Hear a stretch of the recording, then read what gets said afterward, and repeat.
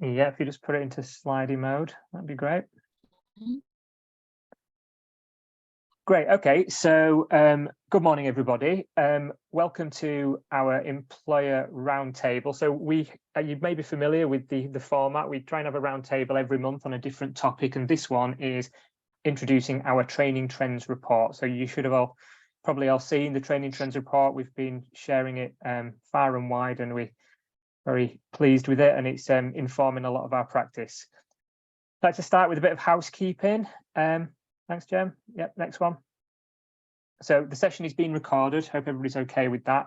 If you could stay on mute and have your camera off until it's kind of Q&A time or until it's your time, that'd be great. It just helps with the bandwidth. We will share the slides and the recording and anything else that's useful resources following the session. And we don't have the Q&A function on Zoom, but there is a chat box at the bottom. So if you've got any comments or questions, then please do use the chat box at the bottom. Gemma's going to be monitoring that. And if it's a question that kind of needs to be answered straight away, we'll do that. But we are hoping there's going to be some time at the end to address those questions and ask any live questions as well. And if it cuts off, please just log back in using the original link. Thanks, Jem. Okay, so quick run through the agenda. So that's me, Joe Bell. I'm a strategic partnership manager. So my role, along with Gemma and other colleagues, is to work typically with organisations that aren't classified as training providers. So employers and organisations of many shapes and sizes. So welcome to the session. We'll be hearing from our panelists. We're very lucky today to have Bex from CBRE and Becky. So we like to have our panelists with the same first name in each session. It's and Becky's our lead learning and development specialist at City and Guilds. We'll be talking a little bit about the report itself to give a bit of context, and then diving into some of the experiences from CBRE and Becky from a City and Guilds perspective, and then hopefully plenty of time at the end for the panel Q&A. Thanks, Gemma.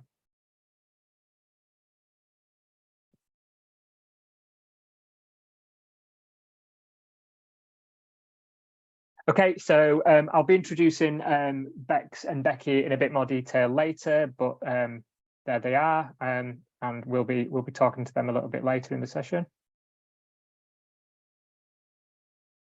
Thanks, Jem. Okay, so we're going to take a little bit of time to look at the report itself. So this is something that will be shared with you, and has already been shared.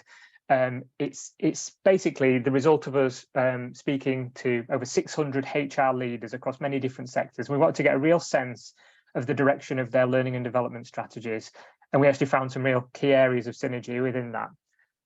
We're seeing one very interesting and clear trend, and that's an increasing number of employers investing in in-house training programs, particularly to cover the technical or role-specific skill needs, so things that they really need as an organisation, but might not be kind of generic across many organisations. In addition to that, we saw that 96% of our respondents told us that the investment in training budgets is going to continue or even grow in the coming year, which is obviously a really positive sign for L&D departments and City and Guilds and any skills organisations. Increasing the investment in training at a time when we're being told that many organisations are tightening their belts in other areas is driven by a need for organisations to attract new talent in a really competitive market, to be more competitive, to cater to employee demands for training and career progression, and to resolve key skills shortages. That's what came out of the report as the key areas. Clearly, we can see the growing importance of bespoke, flexible training for employers, and also signs that off-the-shelf solutions, so typical kind of qualifications and apprenticeships, although valuable, and they certainly have their place, but they're no longer fully able to meet the needs of employers. So given that employers are spending more money on in-house training, and such training may be the primary source of upskilling or retraining their teams, it's critical they get this training right to ensure that the investment is protected.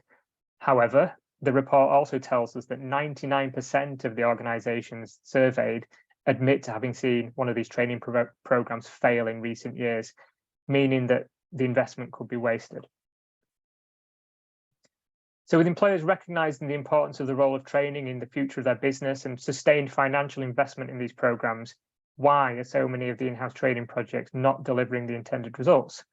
So that was very much part of our report, and you can see the details behind this in the report. The top reasons cited for a training program's failure included poor planning, not having the right people taking part in the training, poor evaluation or a lack of evaluation altogether. We do break these factors down further within the report, and we'd love to hear your own reflections on this. Feel free to drop something in the comments if you've got any kind of reflections on why you've potentially seen internal training programs fail. So one potential tool that organizations can utilize to increase the chance of successful training outcome and demonstrate return on investment is to seek external recognition for their programs.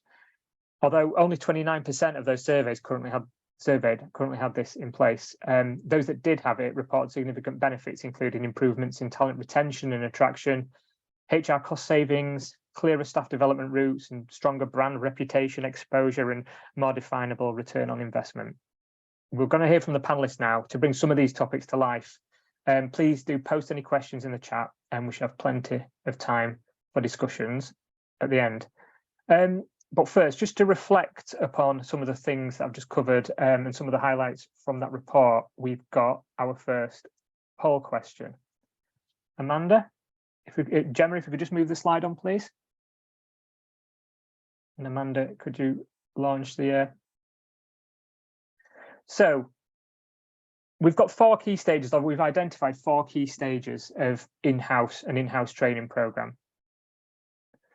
Which of the below do you see is the biggest challenge within your organization? Is it the planning of the training, the design of the training, the delivery of the training and maintaining that delivery, or is it the evaluation at the end?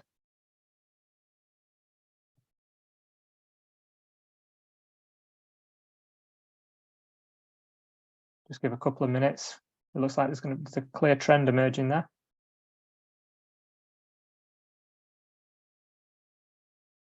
Okay.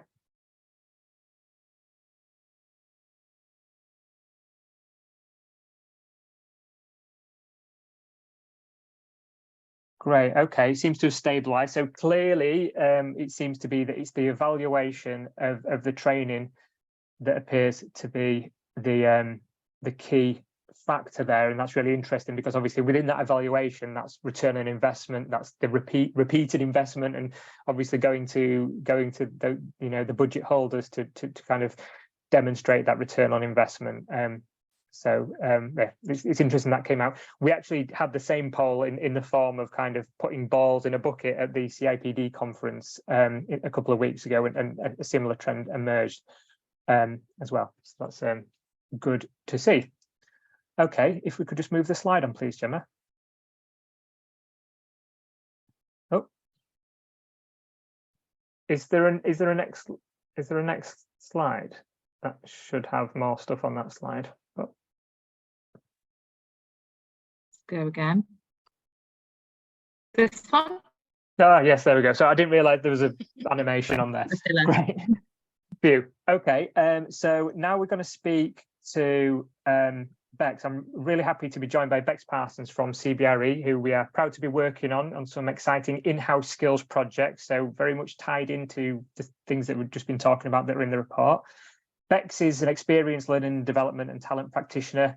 She's got particular interest and specialism in leadership development, and that's a key area that we see quite a lot, actually. People want, organisations wanting to develop their leadership. After completing an MBA, Bex has worked in early careers right through to executive development and loves to overlay leadership development with talent principles in order to get the best outcome for the employee and the organisation. She's designed and delivered leadership programs at level 3 and 5, manages a £2 million contract at in the level 5 and 7 space, so right up to level 7, and is well experienced with both the in-house training that we just talked about and a vendor provider-based delivery.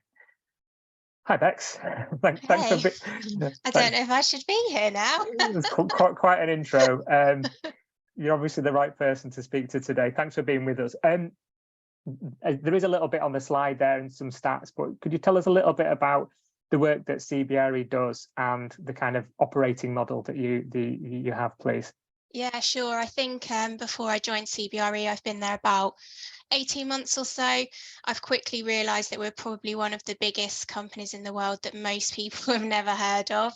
And if you have heard of us, it's probably more to do with the real estate. But I actually work within the GWS sector, so Global Workplace Solutions.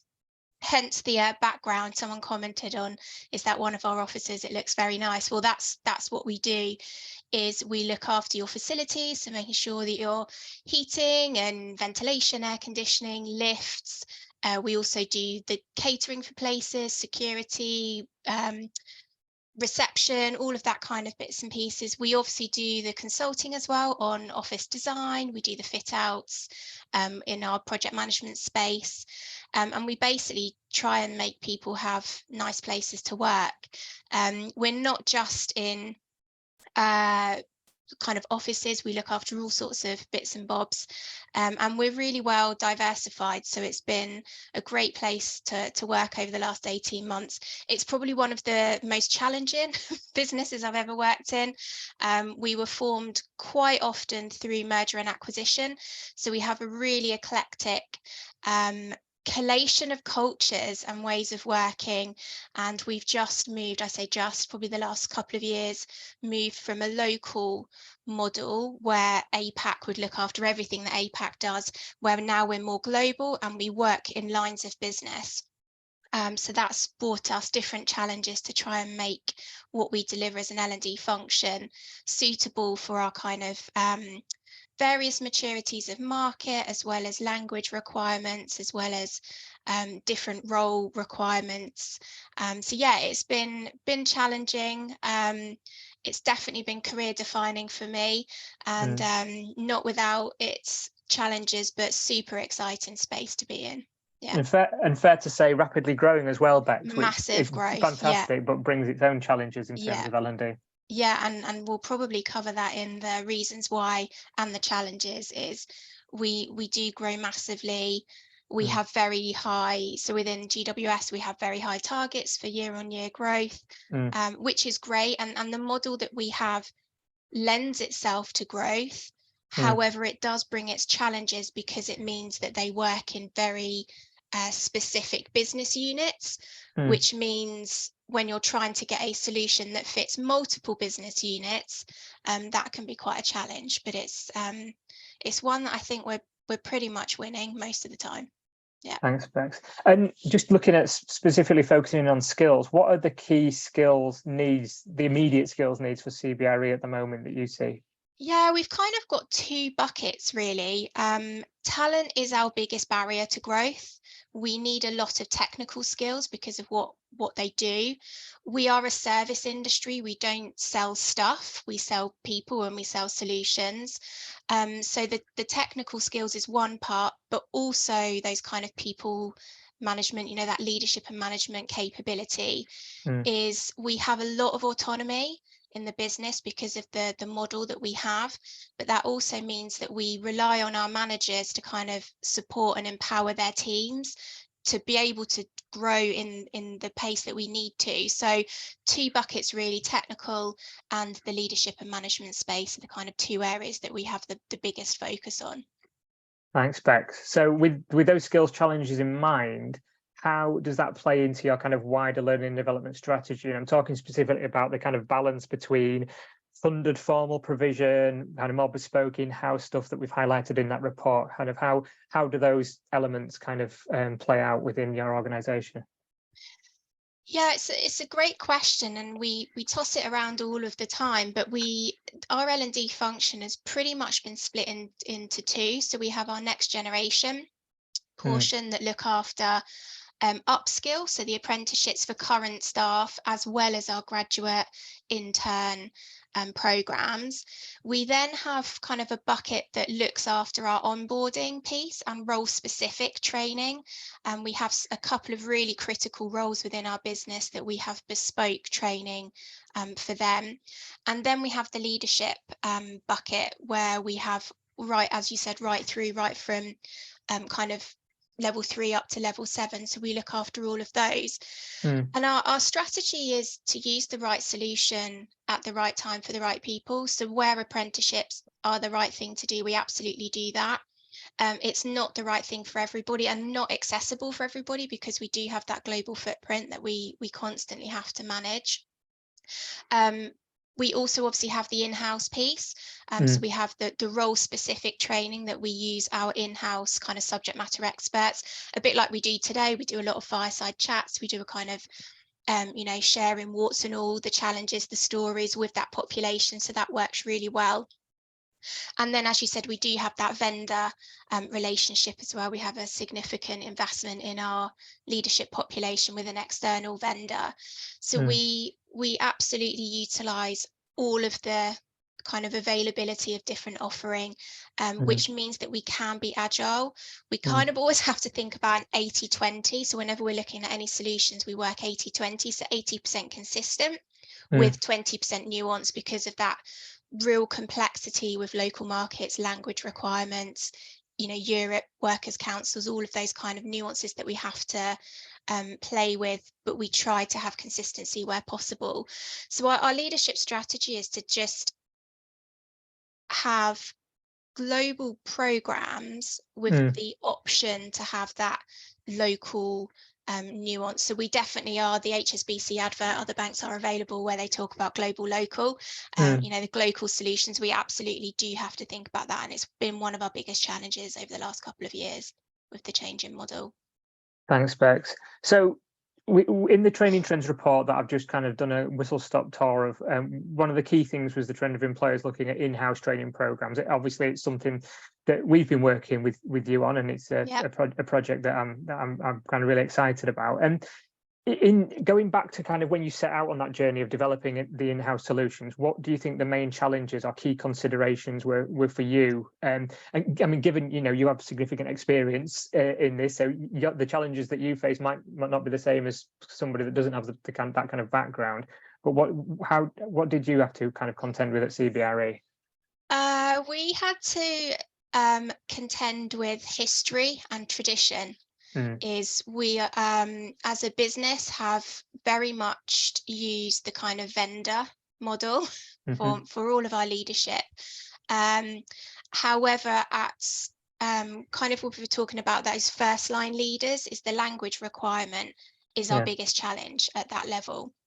As you move through the leadership ranks, so to speak, the ability and requirement to speak English is less of an issue. So we can have more global programs where we have people from all areas come together, and that's where we have definitely utilized the vendor solution.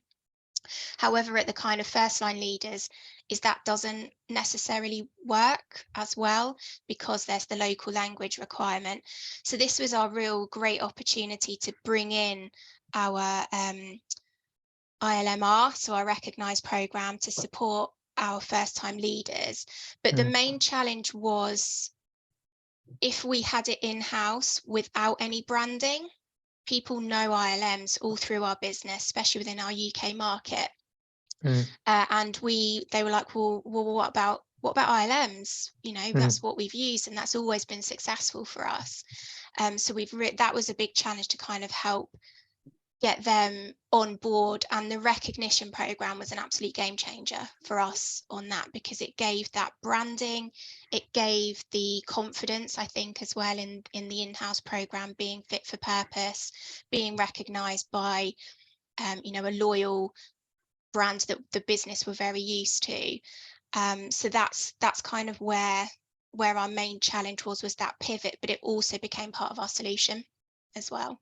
Great, thanks, Bex. And I was going to ask you, I think you've covered the next question I was going to ask about that recognition of training through ILM.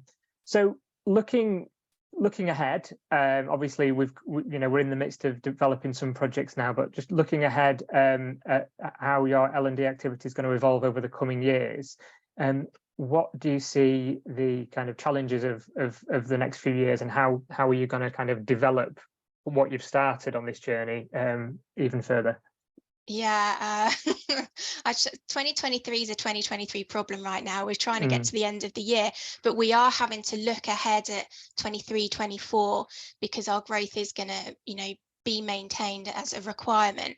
I guess for us, it's going to be that consistency piece around delivering in other languages, but maintaining consistency of quality, and how we can set up a really robust train the trainer sort of solution for this program to make sure that it is accessible for all. I think that's our biggest challenge. I also think we'll probably look at other more niche pieces, e.g. coaching. So within leadership and management, we do have coaching as our first line leader module, but I think we'll probably potentially look at building out a specific coaching program, because that recognition gives us the opportunity to have bespoke programs that suit us, rather than having to be completely wedded to ILM frameworks and unit and learning outcome requirements. So that's definitely something I know me and my boss are super excited about, is to look at those options.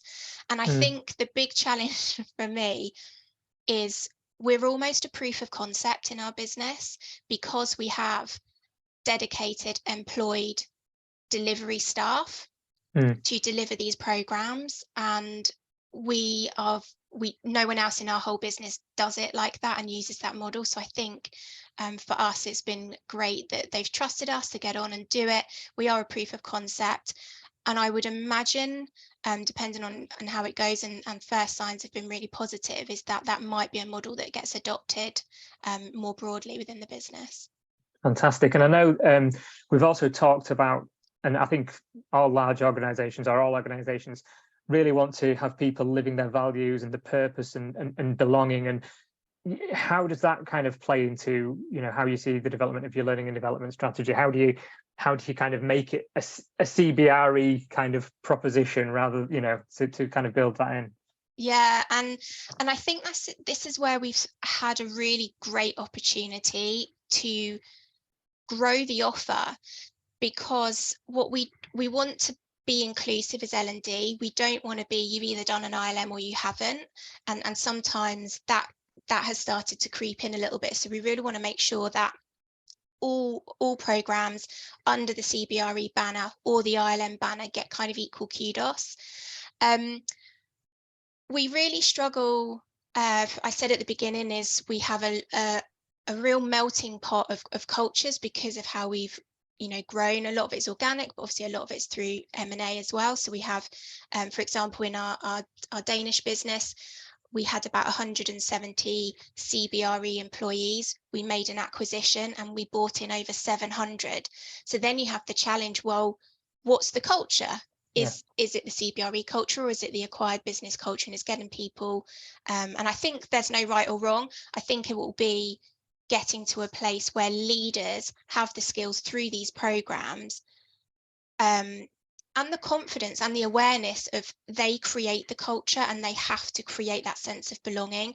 Because a lot of our technicians, a lot of our first time leaders, first line leaders work on site with our clients. And we are massively client first. That's what we do, sometimes to the detriment of CBRE, because they're so embedded with their client, which is great. But I think sometimes leaders need to be able to have the skills to almost kind of create that tether back to the mothership of working for CBRE and all the benefits that CBRE brings. So I think a lot of our programs is really creating that awareness of how important leaders are in creating that culture, creating that sense of belonging, people having a purpose, that kind of motivation, understanding, what is important for people and how to get the best out of them, to ensure that we do give that client the best experience possible, because that is definitely our mantra here, is client first. Thanks, Bex. Really appreciate your insights on that. If anyone's got any questions for Bex, if we can potentially pick them up or put them into the chat, or ask them. I think both Bex and Beckie will be staying for the panel Q&A after the next session, but hopefully you all found that as insightful as I did. We're definitely not perfect, for sure. We've definitely got challenges. It's it's a major thing. It's a great kudos for us to get it. Yeah. But operationally, we've definitely got some challenges moving forward. But yeah, any questions, anything I can help with, more than happy. Great, thanks, Bex. I would now like to introduce our to Gemma. I think if you can move the slide on, I think there's a slide for Becky.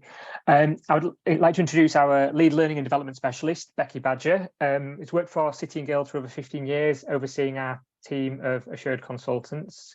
Beckie works with all types of organisations to ensure they can meet the skills challenges with robust and high quality training. Hi, Becky. Hello. Hello. Could you tell us a little bit about the work you do with employers around in-house training programs? Obviously, that's the main theme of the event today. Yeah, sure. So I'm fortunate enough to have been involved with this sort of aspect of what City and Guilds do for a long time now. Predominantly, my role is very much to come in as an external person to work in partnership with the employer to explore their rationale, their aims and objectives of the programs that they're hoping we're going to approve under the Assured or the ILMR banner. I think it's really important to stress my role is not to look at the program content. One of the things we're very passionate about is making it very clear this is a partnership. As employers, you know your business, you know your topic, you know your area of specialism. So I think as a team, what we bring to the table is the years of experience and expertise in quality behind the programme. So that's really our main focus. It's about working with the employer to look at the design of their programme against, for ILMR, we've got quality measures for Assured, we've got benchmark standards, and there's a lot of work been done with them to reach a point where they can be seen as recognised, globally recognised generic quality standards. I think it's very interesting that looking at the results of the training trend report and even that poll, you know, what we do when we work with employers in the role that I do is it's very much an independent external viewpoint, asking the questions, you know, what do you do with your program? How do you do it? Why do you do it that way? And that enables us to really support putting in place systems and procedures that enable employers to measure the success of what they're doing, and more importantly, to then look at continuous improvement and involvement of what they're doing. Thanks, Becky. Great. And just as a quick kind of translation, and I know we've Bex was talking about ILMR and Becky's talking about Assured, and we didn't want this to be kind of an hour of us kind of pitching, but those two are essentially the names of services that we offer at City and Guilds to do this, to benchmark in-house training programs. So if we refer to ILM recognised or Assured, that's the service that we offer essentially. So I just thought I'd explain that quickly. Clearly, we can talk about that separately if anybody's interested. So, Becky, I'm sure that throughout the 15 years, you've supported organisations at all stages of developing training programmes, and we heard from Bex about some of the challenges that they face at CBRE. But from your kind of wider experience of working with many employers, can you share some of the key challenges or stumbling points that you see when an employer kind of comes to you with a training programme that they've developed? Yeah, so I mean, I think, you know, most employers have an understanding of qualifications and the systems and structures behind them. But what's happening when you're using something on a national recognised qualification is that the systems and procedures are already behind it. There's a defined strategy and a quality expectation already there. So I think when we're looking to work with a programme that's been developed by the employer, it is a very, very rare day that there's any issue with the content. For me, often the stumbling block is that the systems and the procedures are not formalised. There's not a standard operating procedure written and in place. And the reason why that is so important is because it's fundamental to getting consistency. It's fundamental to testing whether or not the programme is actually achieving the aims and objectives that were set out in the beginning. You know, if the systems and procedures are not in place and documented, you know, it's very hard then to measure success and to actually have a process of formal evaluation in place. You know, if which can often happen, employers will do, you know, feedback on a program or something like that. You know, they'll get feedback from the people that have attended it. But the question then is what they do with that feedback. Are they actually collating it? Are they analysing it? And are they using that data to drive forward the next steps in their program?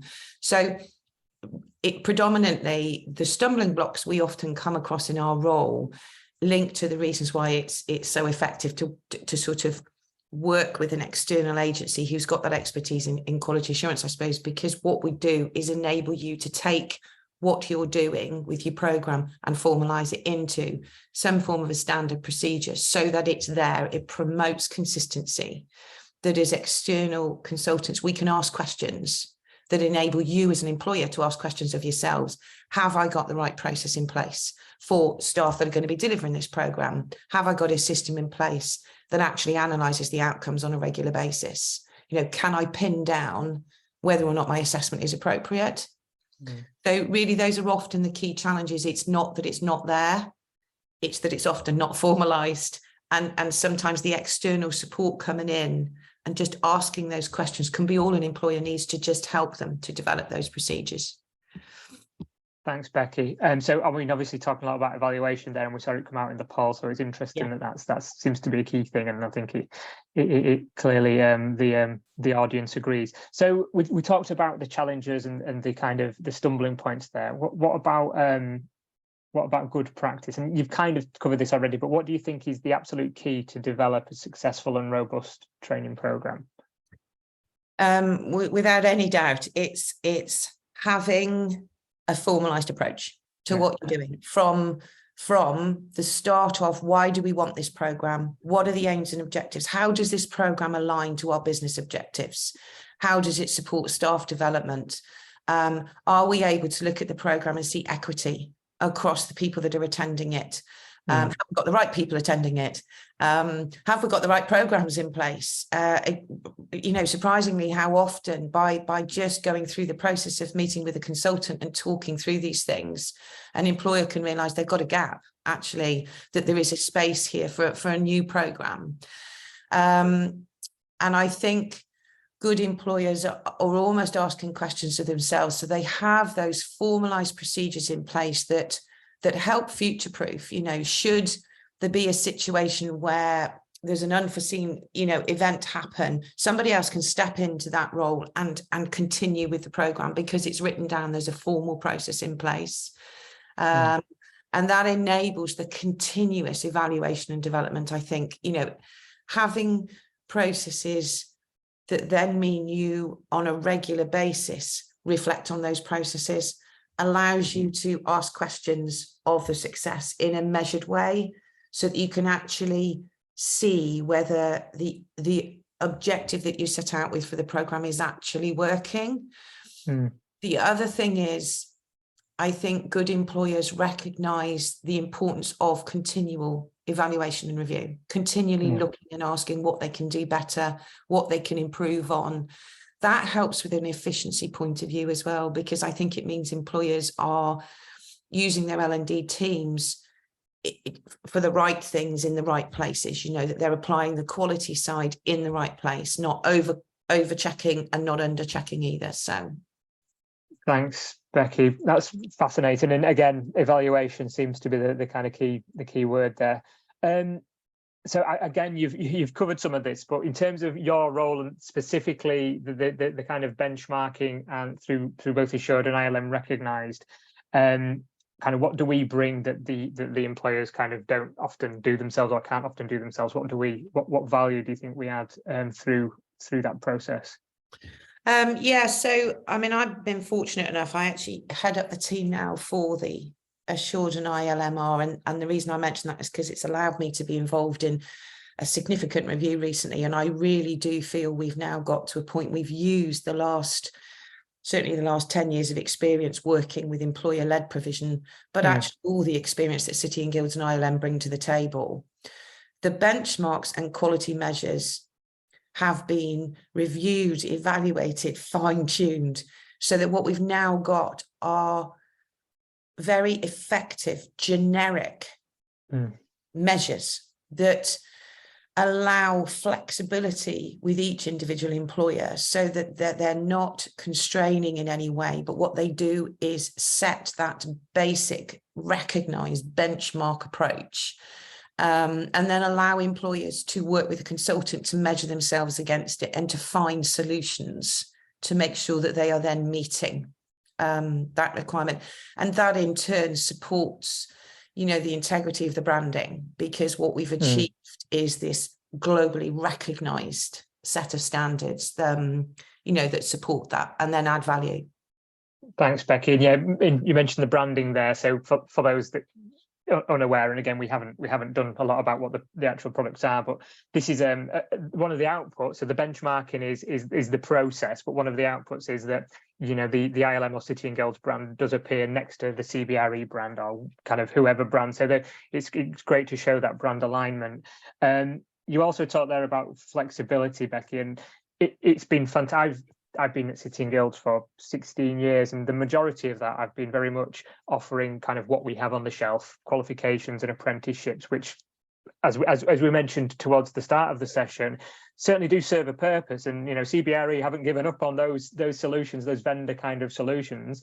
But it's been working in this side of the organisation with employers. It's just the flexibility and the freedom have been fantastic, because content, it doesn't matter. It can be any kind of content. It can be something just really niche and bespoke skill that just that one employer needs, or it can be something around leadership and management. And it's been really great to not be restrained by what content exists or what content expertise we have, because it's about whatever the content is, making sure the process is robust and the evaluation is robust. So I think it's really great to be able to have those conversations with employers without being restrained.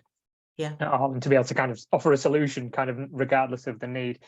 Thanks, Becky. Really appreciate you lending your expertise there.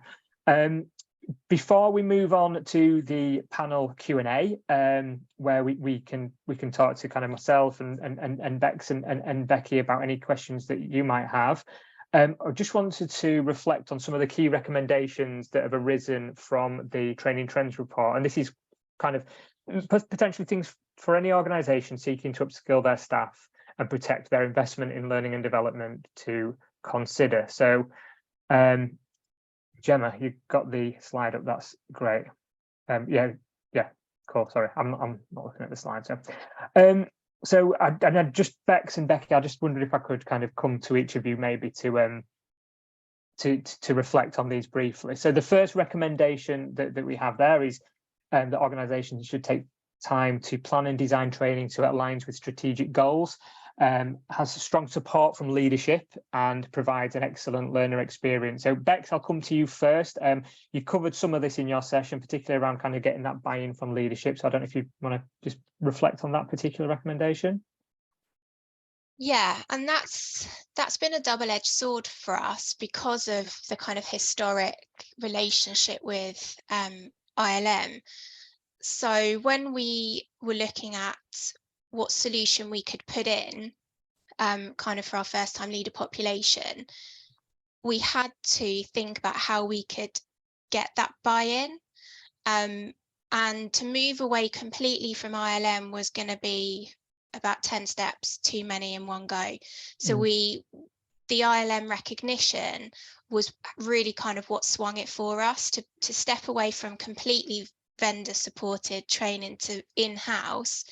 It kind of softened the blow almost from the leaders by saying, well, we're bringing it in-house, but what that means is we have flexibility to meet our strategic goals because they're very clear.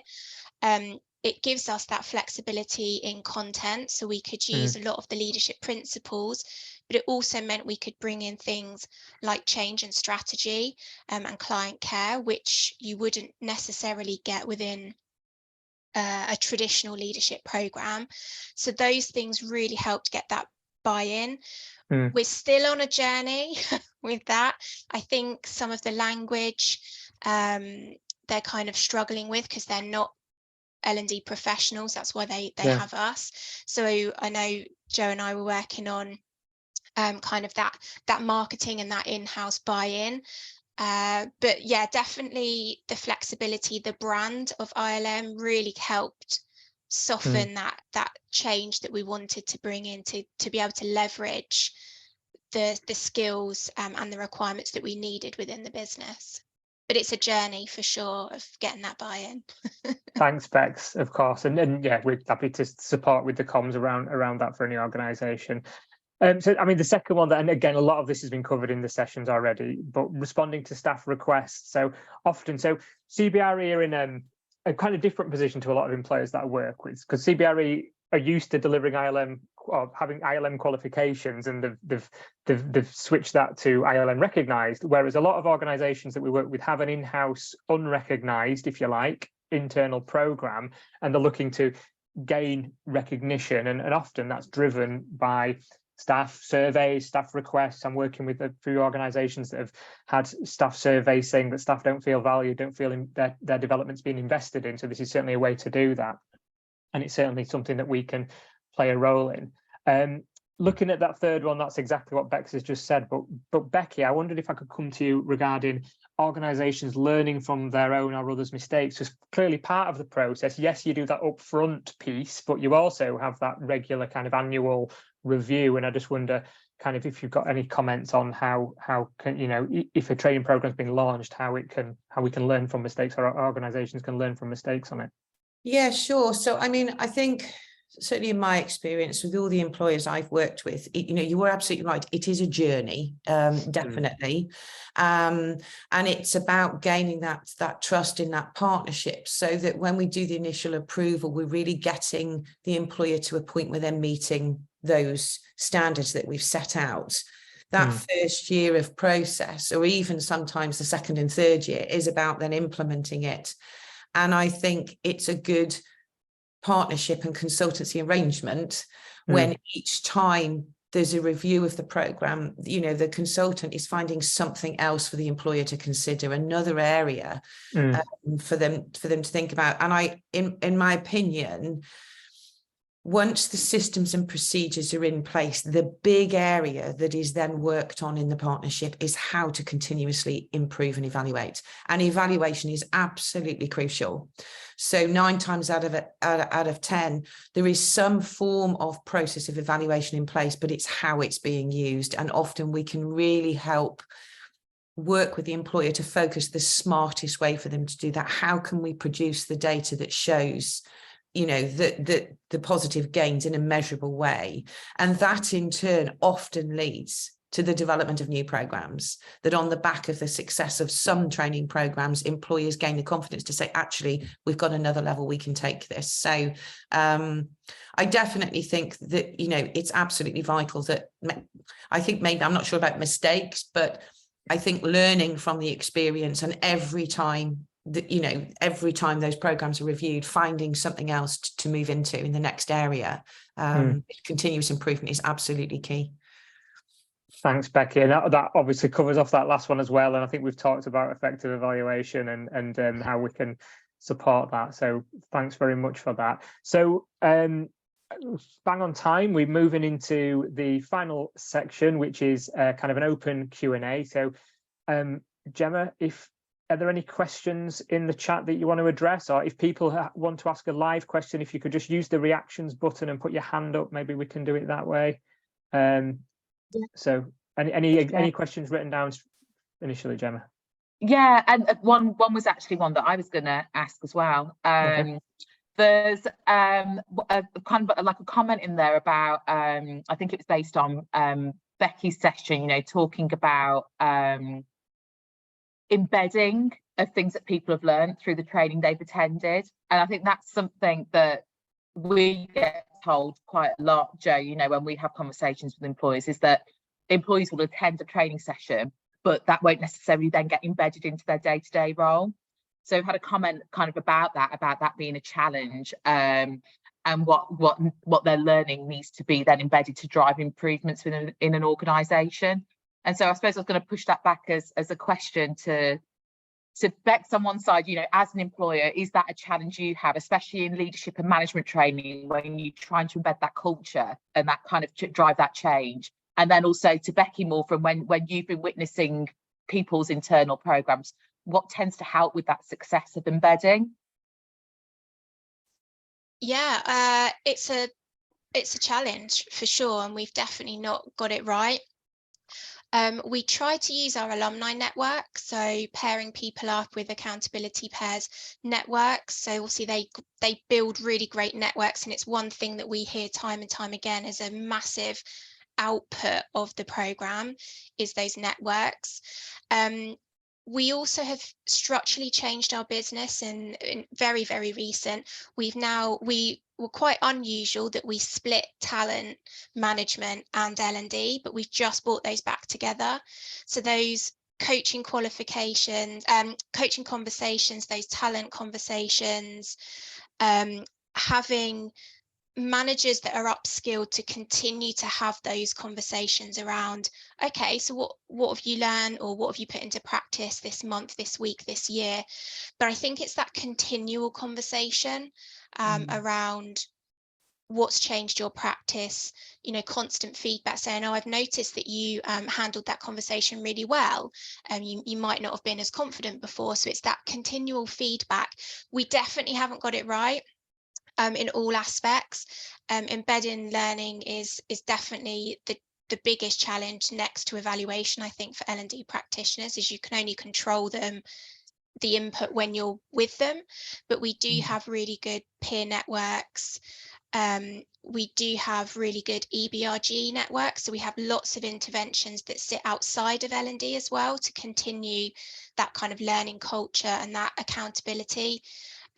We have Evergreen, which is our all-year performance management. So we don't just rely on mid-year and end of year. So those sorts of things we're trying to put in, but it is tough, and sometimes it's like turning a tanker to get those things embedded all the way through the business. But yeah, embedding learning is definitely tricky for sure. So any tips I'll take as well, but I think it's just little and often, those kind of nudge theory, growth mindset. You know, we try and facilitate those conversations early on with our leaders, that you know, they're responsible. You can't drive someone else's development, but you can ask the question, and people get used to being asked the questions. All through our programs, we build in reflective practice, and we build in that kind of critical thinking of, have I put time aside for myself? That leadership shadow is, you know, we build in those concepts as well to try, and we hope that ripple effect, as more people go on program, that ripple effect, they start to pass their learning forward. So yeah, there's lots of things that we try to do, and some work better than others. Yeah. Yeah, so again, from my perspective, the experiences I've had, the employers I've worked with are so varied. The topics of their programs are so varied that I think measuring success, it has to be bespoke to that employer and the content of what it is they want to measure. And that can be, you know, it can be various different ways that that's done, from looking at staff movement within the business and actually whether or not people are, you know, is there an increase in retention? Is there a decrease in having to employ, you know, vacancies that are available, as well as upward movement in positions. But I think it's really interesting hearing Beck's talk there, because I think if I had to summarize it, the most successful processes of measurement of the success of an in-house training program are when it's business as usual within the performance management of the business. So if I can think of one employer in particular, quite a well-known retailer, and initially their middle managers weren't brought into the program at all, and they saw it as something else on top of their job to measure, and that was turned around. So it actually became a fundamental part of the performance management process, and that was a small tweak from certainly our perspective when we were working with them, that additional document became the measurement. So sometimes I think the challenge of how this can be done seems enormous, when actually just by talking it through, particularly perhaps with a consultant who's external and comes with that independent viewpoint, sometimes the solution can be quite straightforward. But I think to give a set answer is quite difficult because every employer's got a different approach. But in summary, I would say if there's a way of embedding it into business as usual performance management, that is the key, because then you can really measure the individual output, but also look at the data across the board and, you know, and have that statistical information at hand. Yeah, and I guess on the evaluation front as well, is we absolutely recognise the challenge of that kind of ROI piece. So our centre of expertise that sits across all of CBRE are just in the process of bringing in Concentric, which are a analysis tool to help with surveys and evaluation. We're very fortunate in the business that we have very long set of data, so we can look at longitudinal data as well as that kind of ad hoc. People get promoted quicker, well, do they? Or do people leave the business because they're getting a qualification that's recognised elsewhere? So we're having a look at all of that as well. So we're quite fortunate that we're investing in that ROI, so we can pull in our engagement data, our attrition data, our mobility data, succession, talent mapping.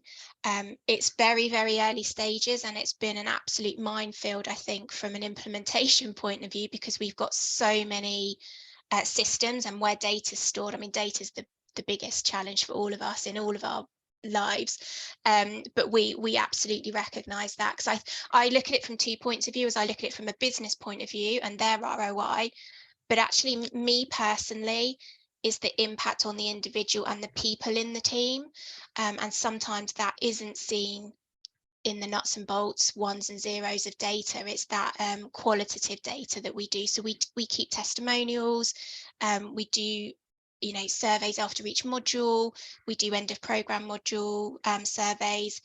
We look at things really closely, but we definitely rely on that ripple effect of embedding and because we look at it at all layers as well. We have leadership development at all layers. We're not relying on bottom up or top down, so we're quite fortunate in that sense.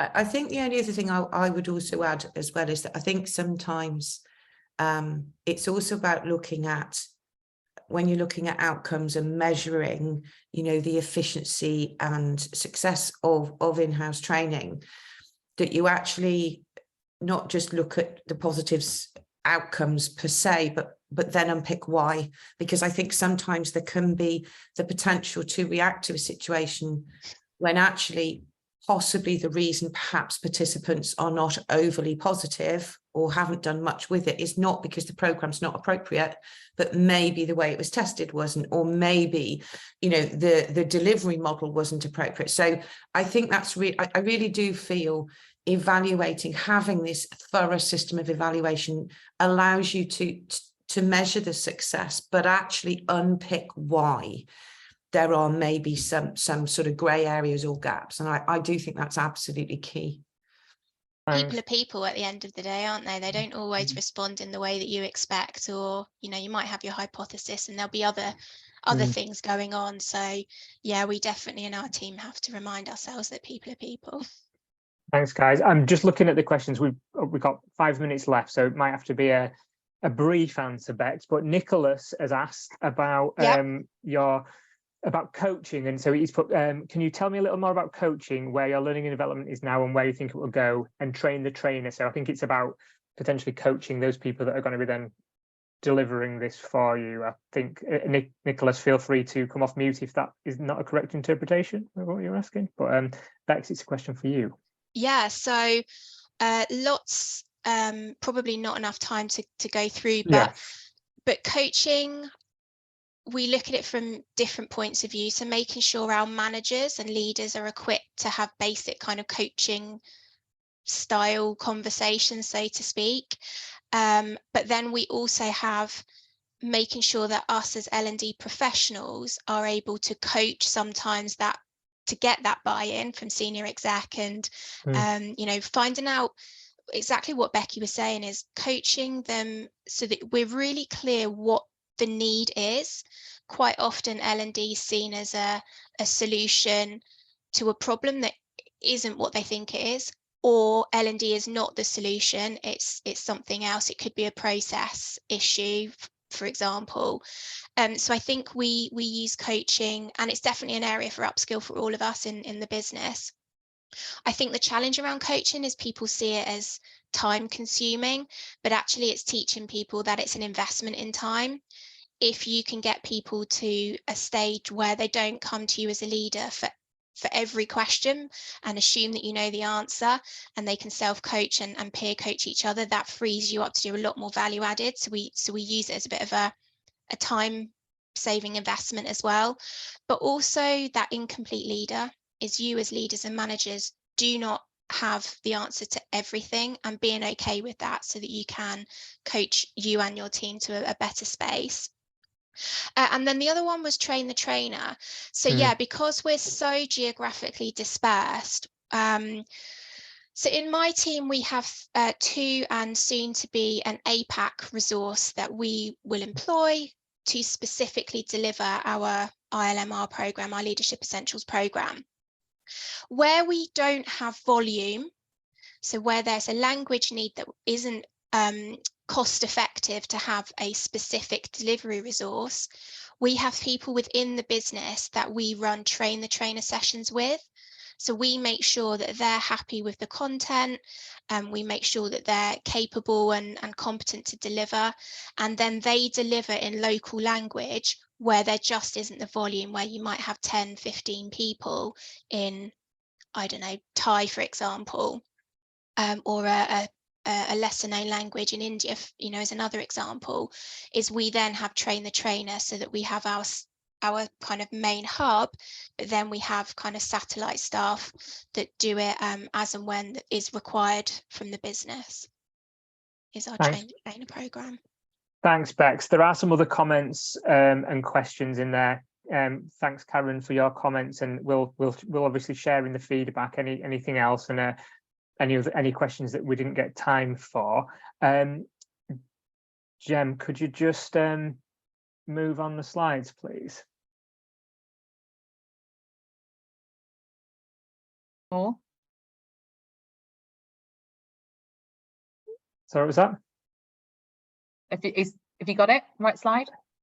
Yeah, so just to wrap up, and thanks very much to our panelists, and I'm sure, you know, if people have got any other burning questions, there's an email address at the bottom of this slide here, and we can make sure that any questions are answered offline, or if you've got any comments, or if you want to know more about anything that we do. And also we will be having we try and have these roundtables every month. December might not happen because there's, you know, big Christmas break, but potentially in January we'll be having something on the next topic, and hopefully, and the format's generally the same. We like to get our kind of employer partners to come on rather than us talking at you. We like people to share their experience. So watch this space for that. If you want kind of a free virtual workshop session on driving continuous improvement in learning and training with one of our consultants, you can sign up there as well. That's our kind of email address that comes through to Gemma and myself and our team. So thank you so much for spending the last hour with us. Thank you to our panelists. Thank you for the comments and the questions. And let's keep the dialogue going. And yeah, please do share the Training Trends report and yeah, attend our future events. So thanks very much. We'll be sharing the recording and the slides really soon.